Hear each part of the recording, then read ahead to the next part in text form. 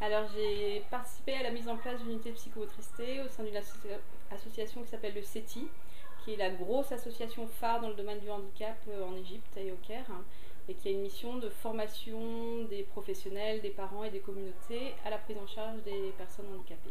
D'accord, donc c'était un projet sur la psychomotricité avec un objectif de former des professionnels. Vraiment de former des professionnels et de mettre en place une unité qui permet d'accueillir des enfants handicapés et aussi par la suite de mettre en place une formation diplômante de façon autonome. Alors ma semaine était répartie en fait en plusieurs choses. Donc il y avait une première chose qui était les cours théoriques pour les étudiantes, une journée par semaine où j'avais les 7 étudiants qui étaient regroupés, à la fois celle du Caire et celle d'Alexandrie qui venaient. Donc une journée complète de cours en psychomotricité. Et elle avait aussi une deuxième journée de cours faite par des professeurs égyptiens sur toutes les matières annexes à la psychomotricité mais indispensables, donc la psychologie, l'anatomie, la médecine, enfin tout ce qu'il faut savoir pour être psychomotricienne.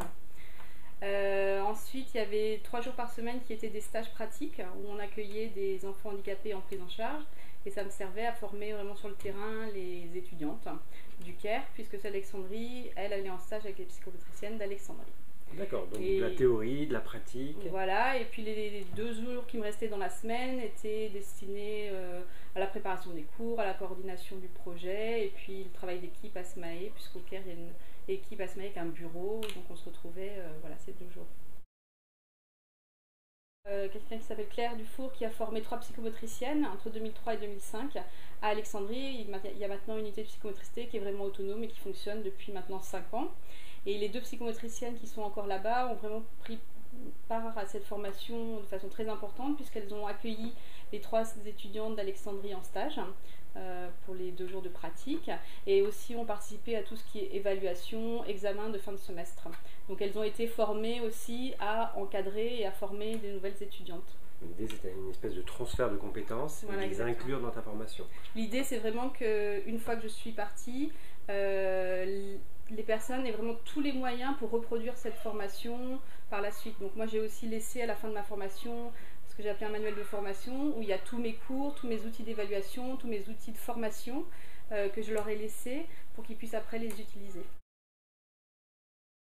Alors il y a un petit temps d'adaptation parce que c'est une ville énorme, parce que tout le monde parle arabe et que moi je suis arrivée, je parlais pas arabe, c'est une autre façon de vivre, c'est une autre façon d'être.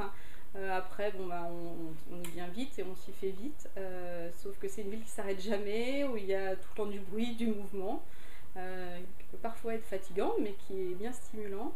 Voilà, et puis il faut se mettre à l'arabe aussi pour pouvoir communiquer assez vite avec les gens dans la rue, aller faire son marché, ses courses, parler au taxi. Donc voilà, ça c'est la petite clé indispensable, apprendre l'arabe.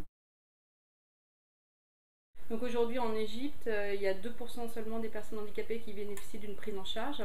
À savoir que cette prise en charge est surtout concentrée dans les grandes villes qui sont le Caire, Alexandrie, et que toutes les prises en charge sont forcément payantes. Il n'y a pas du tout d'accès gratuit à ce type de prise en charge. Aujourd'hui, les prises en charge qui existent pour les enfants handicapés, c'est très limité. Alors, il existe de la kinésithérapie, de l'orthophonie, plutôt un système éducatif aussi adapté aux personnes handicapées, aux enfants handicapés, mais c'est vraiment très limité. Donc, la psychomotricité amène vraiment une nouvelle façon de faire et une nouvelle façon de concevoir la personne handicapée. Parce qu'en Égypte, on est beaucoup dans le conditionnement, dans apprendre par cœur, mais déjà même dans le système classique, l'enseignement se fait sur un mode de par cœur.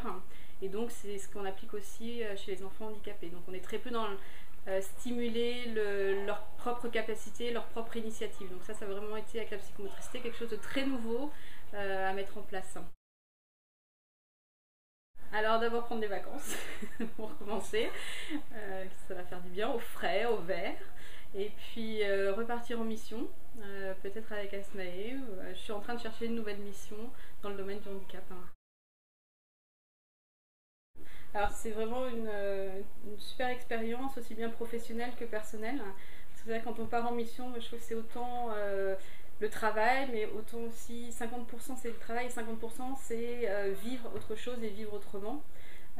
C'est vraiment une autre façon de concevoir son métier et de concevoir sa vie au quotidien. Donc c'est vraiment une très très chouette expérience. Tu nous la conseilles? Je la conseille à tout le monde. Ouais.